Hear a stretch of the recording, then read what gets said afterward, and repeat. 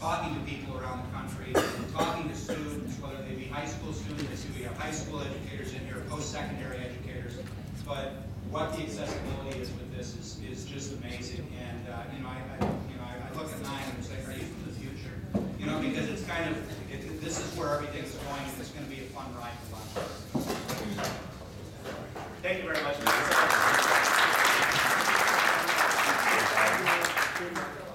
So it is. It's all about access, and that's what these tablet devices do. Laptops did that fairly well, but you never have that level of intimacy. I say intimacy because you're not interfacing through a mouse or a little trackpad. You're actually interacting and interfacing with the device, which is the magical moment that Steve Jobs told about. It's not just a tool; it's magical. And those of you who own iPads, you can attest to that, right? Yes? Say yes. Yes. All right. Knows. Okay. Okay. So Swiss Army knife, infinite possibilities, overwhelming at the same time, but not really. So first off, I'm going to start with level 0. Now level 0 here, we have. I'm going to move this up here. Bags. I only bring this up because, oops, problem with the cable. Actually, wait a second. I brought a solution. My own cable.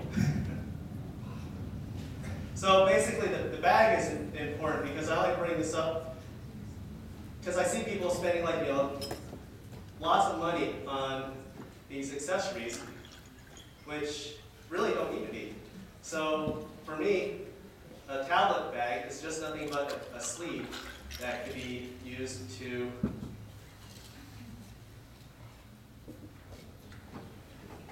hold the iPad. And it doesn't have to be expensive. For me, I travel the world, and I actually travel the world with my iPad. It never leaves my side. I have what we call here a European travel bag. Or like some of you might actually call it a purse. Man purse, there we go. This is my man purse. This was only $20, and I had it already. I never used it because I didn't have a practical purpose and I didn't want to get made fun of. But I had it from the luggage set, and it just happened to fit the iPad perfectly. So it's always at my side. I've actually climbed Mount Fuji with my iPad with my man purse. And things like this, it wasn't even designed for the iPad. Easy accessibility. Put it away like that. Here we go. Oh my gosh! These fake iPads break so easily. I had to do that. Sorry. But the thing is, it's so easy to put in there and access it, just like so. So just a simple bag like this. It doesn't have to be a huge accessory. Next thing I'm going to show you is the iPad stand. I hate iPad stands. iPad stands are expensive, they're bulky, and they make it in such grandiose ways. You don't have to do that because something as simple as, anybody know what this is? It's a plate holder. I use the smaller one, which is right here holding this cap. $2.99 Joanne Fabrics. Perfect. Because all it is just need something to hold something flat. And you put this on there, like so, and it's adjustable, so the other stands aren't adjustable. Collapses to a very small form factor. Perfect on plates. So that's all you need. Just think about that. Keyboard, essential. These things are a lifesaver if you don't like using the touch interface on the screen. I actually don't even use this anymore because I've gotten so good at touch typing on the tablet that I can compose a novel on it. Not that it would, because this definitely helps. But the thing is, this thing is amazing because it's this thin. It packs up really nice in your man purse. So you can see how compact it is. So you have to get the wireless one because the wired one sucks. Because then you're tethered in it, you can only use it in a certain fashion. So you spend an extra $20. I think these are $70. So I'm going through these level 0 because that's one of the things that I realized that I don't cover. what do you use? These things, these are called camera connection kits. I think they're $20, $30 or something like that. And it allows you to take pictures and plug it right into your iPad and download it right there. Essential with the education, because then you don't have to go to your PC, sync it up, or with iOS 5, you don't have to go to it anymore. But it's a great little accessory to get. Then we have what I'm using right now, which is the connection kit to VGA connector. So this allows you to connect it to a projector and project it right there on the screen. So this is the one that's used for the iPad 1 and 2. And the next one here, this is the HDMI one, which allows you to plug it into HD televisions. And it only works with the iPad 2 perfectly. So here we go.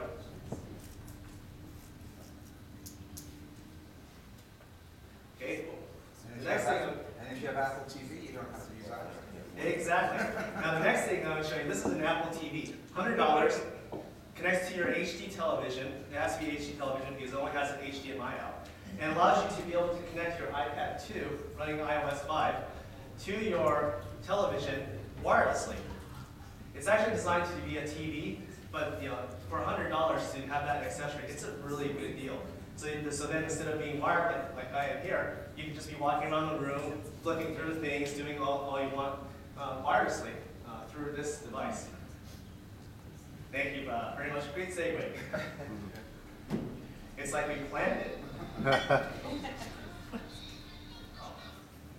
Sorry, I should have put my phone on ring.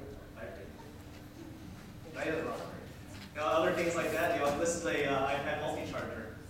This actually lets me plug 4 devices in at once. And the key with this is like, nobody really, I'm getting the same thing, right? No, but the key with these chargers, you buy it and you say, and it has to say iPhone or iPad, right? No, actually, it doesn't have to. You just need to read the milliamperage output on these things. This one puts out 2,000 milliamps, which is the equivalent of 2 iPads. So each iPad runs 1,000 milliamps to charge. iPhones use about 500 to 600. So you put 4 phones on here, 2 phones, 1 iPad. Just do the math, just divide. So these accessories are really great. You can buy them on this one. I think it cost me $8 online or something like that. It's not even that expensive. So, and I brought them up to tap here as well. No color. Another one of those tablets. So these are the accessories that we use, and I just want to bring it up that it doesn't have to be expensive. It can be very simple, except for the keyboard. And I recommend the Apple version because it's thin and it works really well. Okay. Let's go here. Going back to walking around mode with it. Okay, so that's level 0. Did you find that portion useful? Yeah? Okay, cool. Yeah. I only bring it up because I never realized that people don't know what to get. Okay. So moving on to level 1, the obvious. Or not the obvious, sorry. So I'm going to show you a few apps here really quick. Now the one that I use first off is Keynote. Now this is their PowerPoint presentation tool. Oh wait, I forgot to go through this slide. Slow down. Take a breath. Okay. I talked about that. That's cool. Oh yeah, and I always forget to do this, so I put that in there. And actually, Bill did a great job of describing what I do. First off, I have to remind you that I am not an Apple rep. Okay. Even though people say, oh yeah, this is a great presentation, Apple must pay you well. No, actually I pay them well to buy all these tools and accessories. I'm just an enthusiast, and I love technology. I love finding creative ways to implement that. As you know, my business, I developed a learning management system called KP Compass, which houses the culinary arts curriculum and food science. It's cloud-based, so the difference is, I only want to point this out, is that it's not an app. It actually works on all platforms, so you're not locked down to individual devices and phones. We developed a concept-driven mastery system, so we take it to the level where you're deploying concepts. And we have a testing system called the Automatic Remediation and Mastery System, or ARMS, which is a testing process that takes students through a knowledge mastery. Novice, apprentice, scholar, guru. Culinary arts, food science, and facts. And what's that's that. Okay, so the apps. Now, one of the things that's really useful is I like to show. It comes with the iPad too. Is the camera app. Now, you think of this as a great way to look at yourself. Hey, how you doing there? But then, let's do it this way.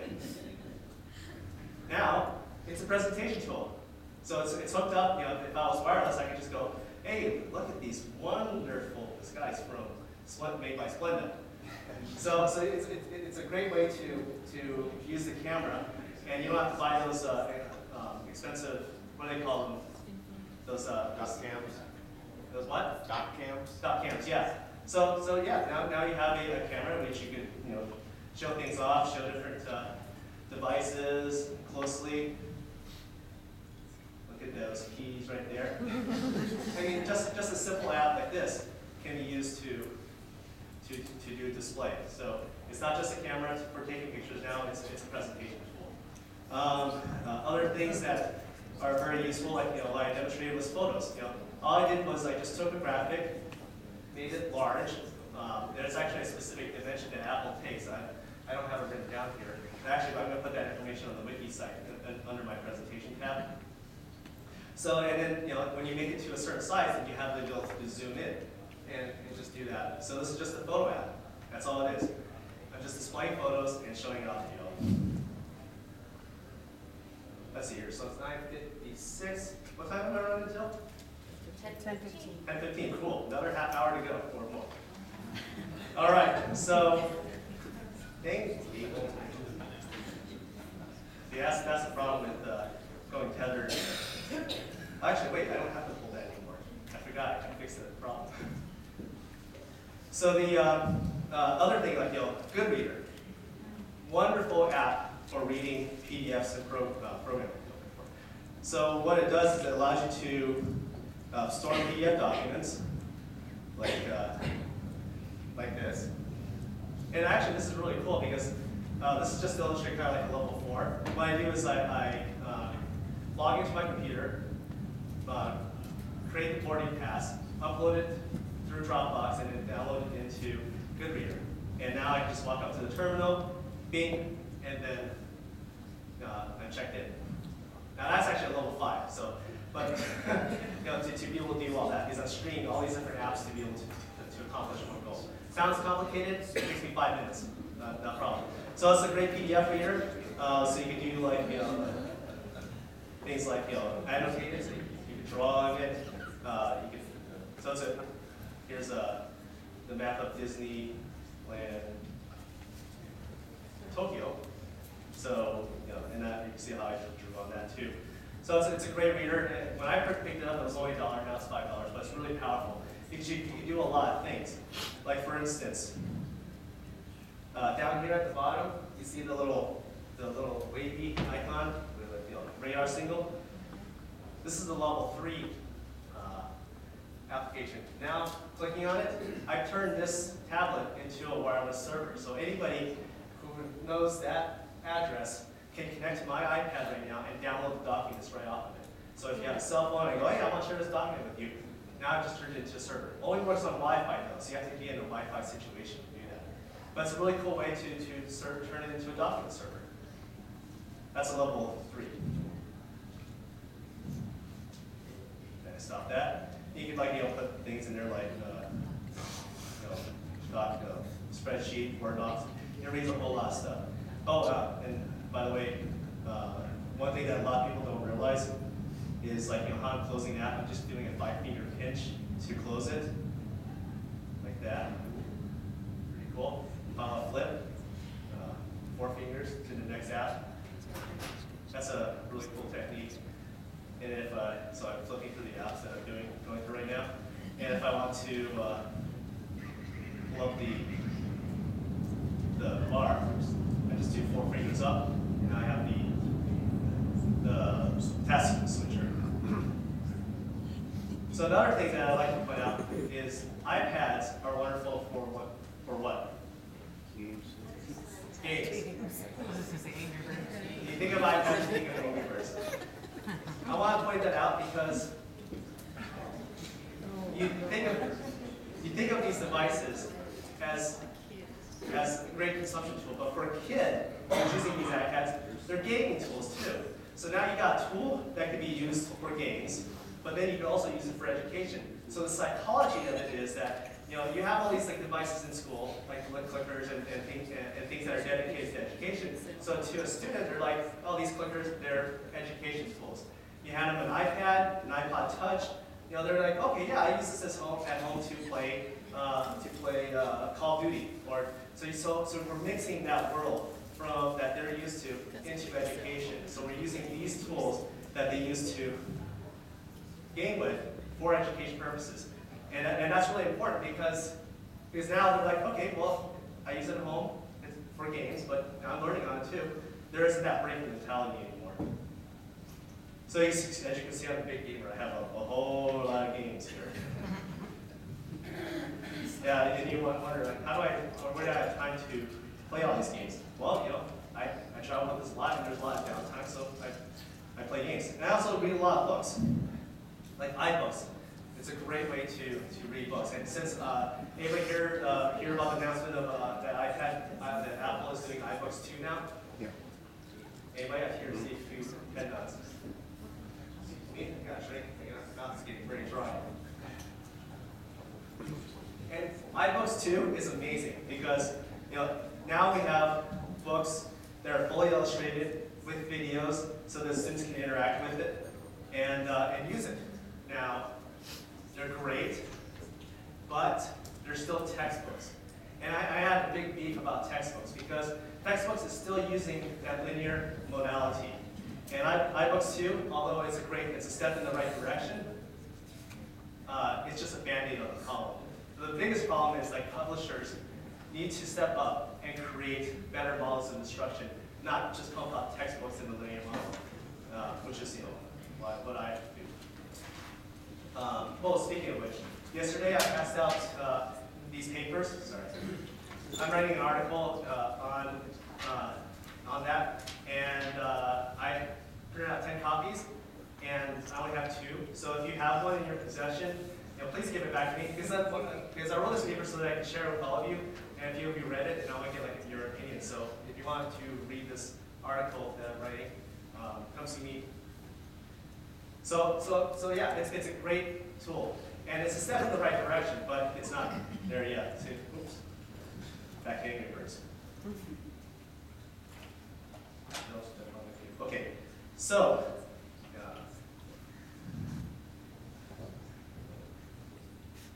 I'm having a lot of problems here. Okay, now another great thing that iPads are great for is, besides reading books, is newsreaders. I love reading the Wall Street Journal on it because it's I never really read the newspaper until I got the iPad because the interface is really nice. Because when I first got it, I was like, wow, you can play videos right in the newspaper. It's just like Harry Potter, right?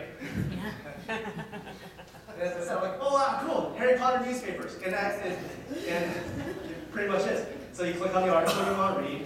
And the reason I'm illustrating Wall Street Journal is because they have one of the best app designs on the market for newsreaders. So if I want to flip through the pages, I just do a natural flip. And if I want to close the article, I just swipe down. And if I want to change to the next section, I swipe down.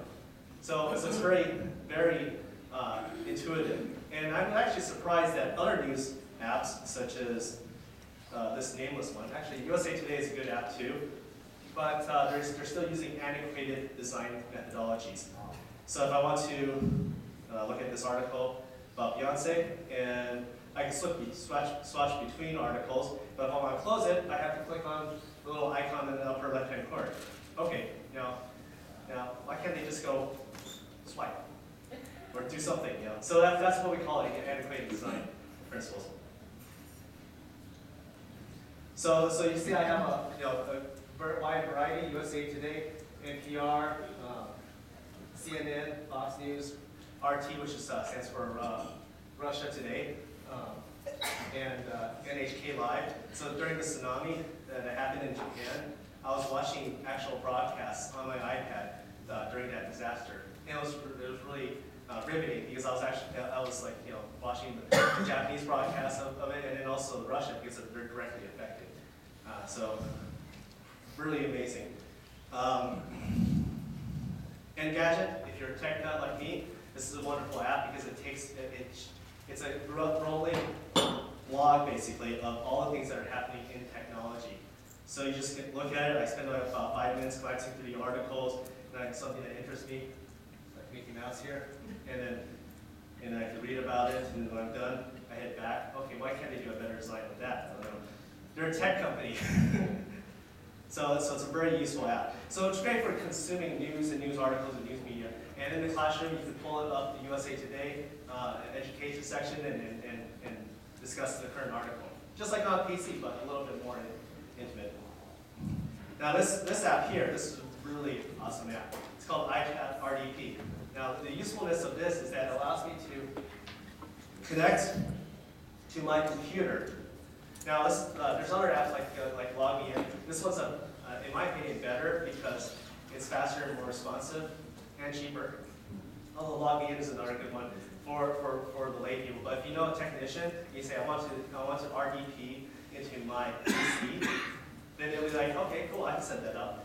You have to have a technician to set this up. Because so here, this is my computer, so I can look at different tabs here.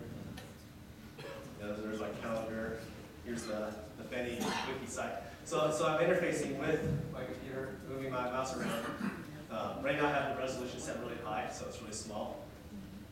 But you can change those settings. So this is just something that's really cool because now that's how I was able to create that party pass. I RDP'd into my PC, printed it to a PDF, then I uploaded it to Dropbox.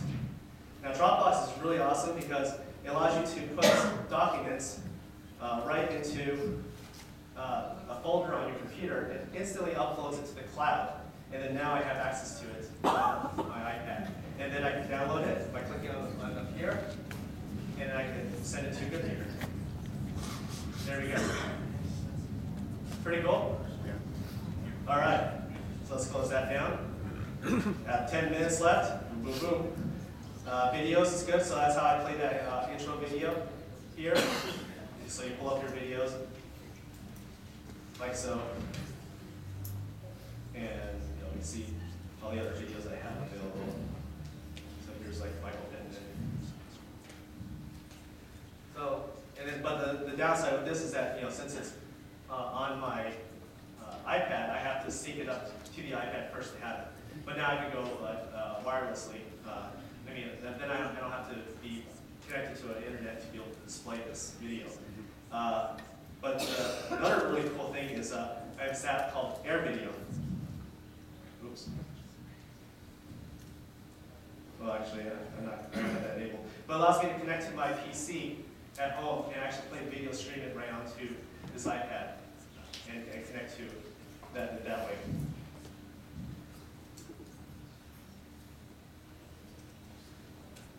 Essential. Those two apps, Speed Test and Speed Test, are essential because what it does is when you're going somewhere and you want to find out how well the network is, you need to test your environment because if you're streaming something and you realize that the internet there, the Wi-Fi is really slow and your 3G is faster, that's what you have to do. You have to test the speed. So everywhere I go into the room first and I go, okay, how's the Wi-Fi if I have Wi-Fi, or how's the 3G connection so I can kind of know how the connection is. So it's a great way to test out your classroom to see how strong your connection is to the internet so that you can go and operate within the environment. The reason I have two is because this one tests the network infrastructure and the other one tests the network and how strong my Wi-Fi connection is to it. So I'm such a nut, I run both so I can get two different test values. So apparently, my Wi-Fi here is clocking at 13 meg down. Very important now. Other things like Pages. Pages allows you to write documents on it. Now, there's the apps that are called Docs2Go and things like that. That's an integrated suite. I like using the ones that are designed by Apple because they really focus on the touch and the intuitive interface. So it doesn't do everything that Microsoft Word does, but I don't want to do everything that Microsoft Word does on my tablet. I want to be able to type. I want to be able to put pictures in really quickly and easily, and to do all the different things that I want to do. So there we go. So I have a picture in here. Oh, there's Chef T. Tasting some food from the I think this was the ACF conference. So there we go. And then you can just drag it around and put it in place, and just put a little shape in there. So let's put a star. There we go.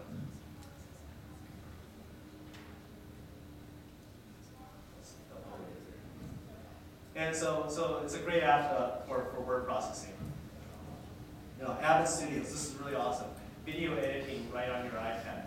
iMovies does the same thing, and I have that as well. So it's a great way you shoot a video, and you can cut it, do transitions, and various things with it. So.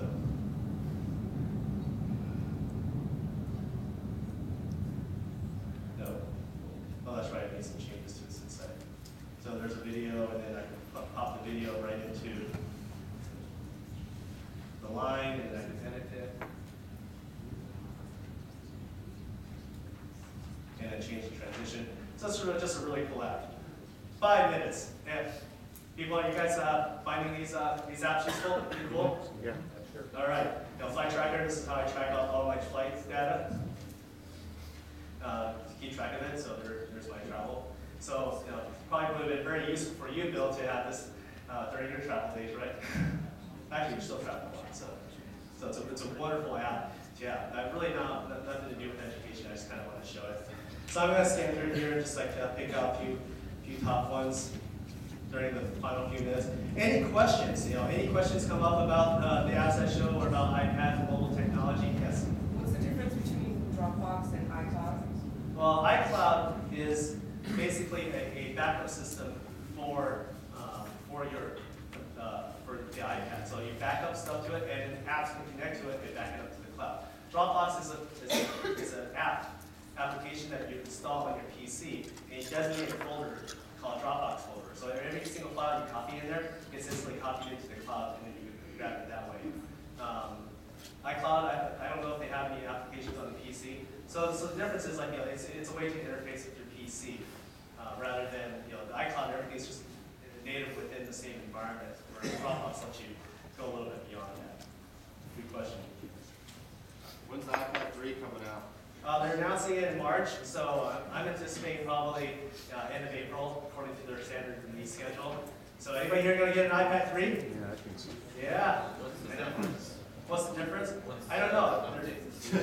I don't know. It's too early to speculate. It's going to be faster, lighter, better. But the thing is, Apple steadily improves it. iPad 1 to iPad 2, good improvements. iPad 2 and iPad 3, and that's just the nature of technology. This is the online system. Let's see here. Pulse is a really great news aggregator as well, so you can actually pull a lot of news feeds and view through it. Here's the Engadget, all things digital. And you can just basically aggregate all the news sites that you currently read. Back to Goodreader, the PDF reader. Is that just for Document Center? Can you use that for other stuff? No, it's just for documents. So any type of document. So from Excel spreadsheets to PDFs to Word docs to Notepad documents. So that's their current line of support. I don't know if they have enabled support for media yet, but that's why I have Dropbox for. So you can just stream, you can put a video on Dropbox and use it for that. Let's see here. This entertainment, education. Now, the periodic table of elements. This is really awesome. This is a good demonstration of a new way to show all the information. So here's the, right now I'm on gold. And then you go to Mercury. And it's just taking the same old information, and this is developed by I can't remember who the developer is. Oh, the Theodore Gray.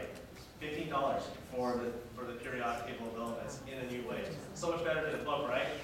Yeah.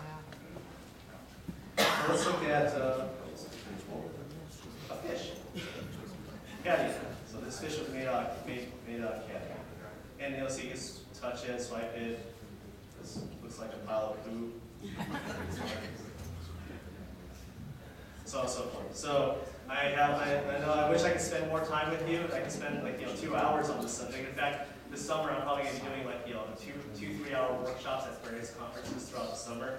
So it's going to be really, really exciting.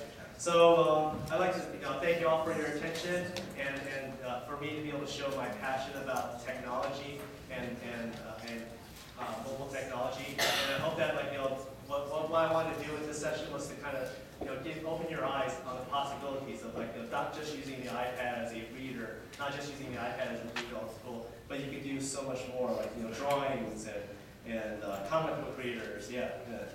Music. You can compose music on it. Oh my gosh, it's so amazing using GarageBand on this thing. And you can talk to people. I was on the plane connected to the Wi-Fi, and I was Skyping my wife during the flight. So I was actually talking to her on the plane. So I would, talk about those really expensive phone calls. So I was for half an hour. So anyway, thank you very much for your time, and please talk to me if you have any other questions.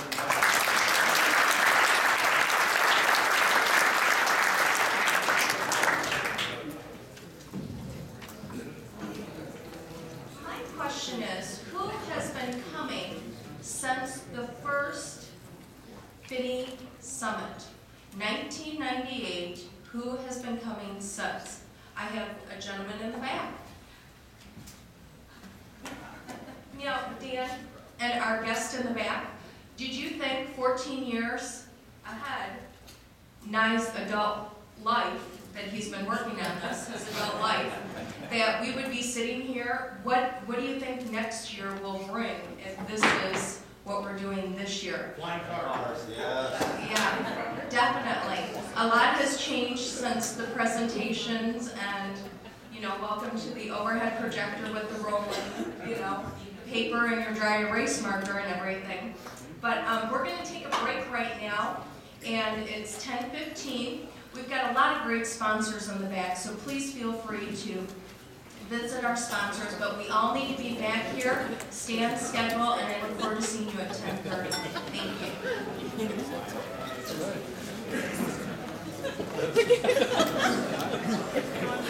Well.